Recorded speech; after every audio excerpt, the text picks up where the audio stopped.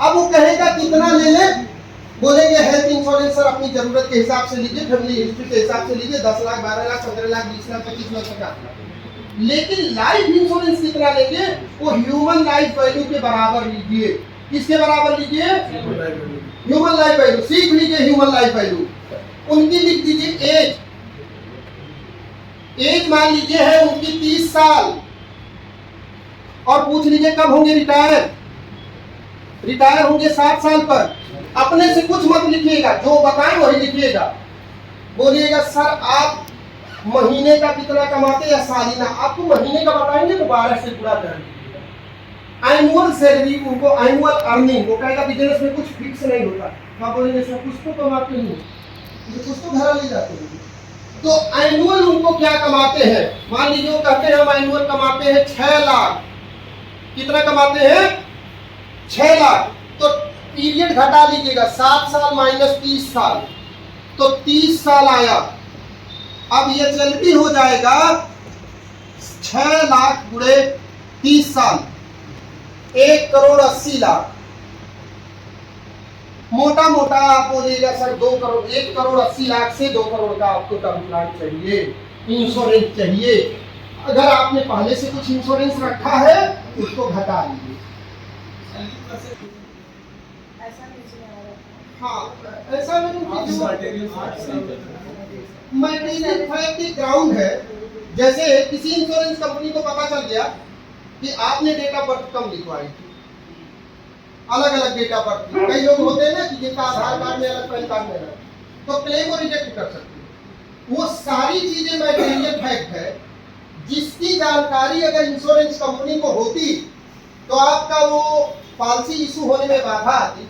तो हमेशा ध्यान रखें, मटेरियल फैक्ट अगर आपका गलत है तो इंश्योरेंस कंपनी कभी भी आपके क्लेम को रिपोर्ट कर सकती है। लेकिन 3 साल बाद उसको क्लेम रिजेक्ट करना बहुत भारी पड़ता है, नहीं कर पाती, क्योंकि अगला कोर्ट चला जाएगा, उनके पास समय नहीं होता है जांच पड़ताल।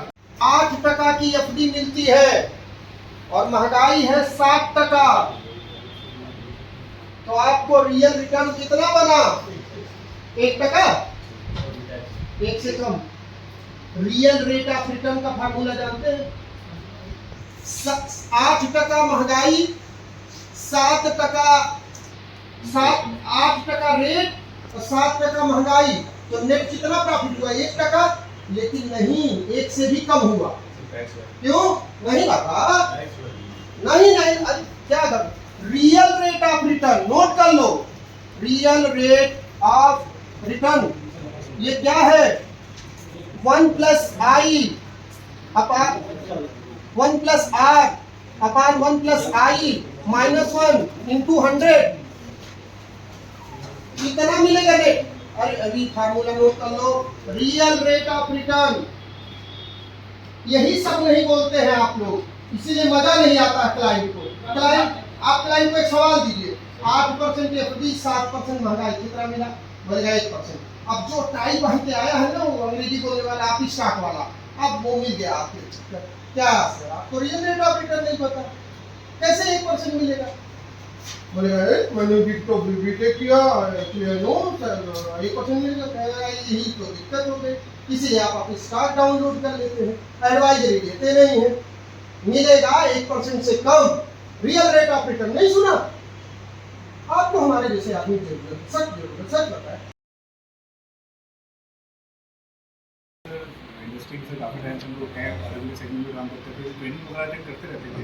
ट्रेनिंग की प्रॉब्लम सर ये होती थी, या तो बहुत ज़्यादा हार्ड मटेरियल हो जाता है जो कि एक लेमैन लैंग्वेज में समझने में बहुत दिक्कत होती है, वो आता है या तो लोग बैठते हैं ट्रेनिंग सर से हो जाती है, या फिर ट्रेनिंग ऐसी हुई होती है जो जिनमें रिलेवेंट नहीं होती है। बिल्कुल। तो काफ़ी वक्त के बाद सर, पिछले मुझे लगता है 8-10 सालों में जो मैंने ये ट्रेनिंग अटेंड करी, वो सबसे बेस्ट ट्रेनिंग सर आपकी 2 दिन। नहीं, बहुत बहुत धन्यवाद इसके लिए। मैडम आप लोगों का अनुभव कैसा रहा इसमें? क्योंकि हमारा बड़ा फोकस होता है कि जो वुमेन एम्पावरमेंट है वो मेरे कोर में है। मैडम आप भी आ जाए, वो हमारे कोर में है। हम लोग हमेशा सोचते हैं कि हमारी ज़िंदगी का जो 80% हिस्सा है, या तो माँ के रूप में, बहन के रूप में, या मेरी वाइफ के रूप में, या कलीग के रूप में, जो फीमेल का हमें सपोर्ट मिलता है वो बहुत बड़ा है। तो आप लोगों को ये सिखाने का जो अनुभव है मेरा बहुत अच्छा है।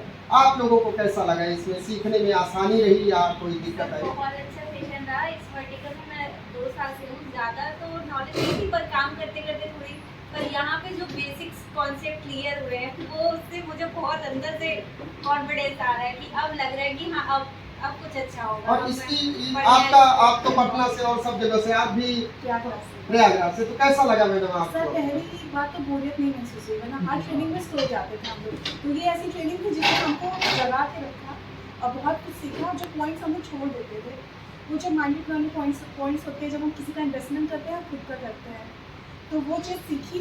और सर हम चाहेंगे बार बार आप ही चाहिए। तो ये कंटिन्यूअस लर्निंग हम चाहते हैं कि आप लोगों का कमिटमेंट रहे, काफी हर हफ्ते में एक दिन ही पढ़े लेकिन कुछ न कुछ बेसिक सीखते हैं। बेसिक तो ये कमिटमेंट रहेगा आप बेसिक लोगों चेंज का। सर आपकी बेसिक चेंज आपकी ट्रेनिंग में सर बेसिक ये चेंज है ना कि आप पीपीटी के अकॉर्डिंग नहीं चले। बिल्कुल जो सही बात मतलब है। यहाँ यूजली लोग आता है बोल कि ये पीपीटी है आपकी, हाँ इसमें देखिए ये चीज लिखा पॉइंट, वो हाइलाइट्स नोट कर देते हैं जो ऑलरेडी पता है, क्योंकि हम लोग डेली रूटीन में वही बिल्कुल चीज़ आप वो काम कर रहे हैं तो रेगुलर। उसमें आपने उसमें की क्या कहाँ मतलब कि उसकी बेसिक नॉलेज के भी डीप में जाके आपने वो चीज समझा। सर जो बेसिक नॉलेज content सबको काफी पता है। relevant था और ये काफी हेल्पफुल रहेगा हम लोगों के लिए।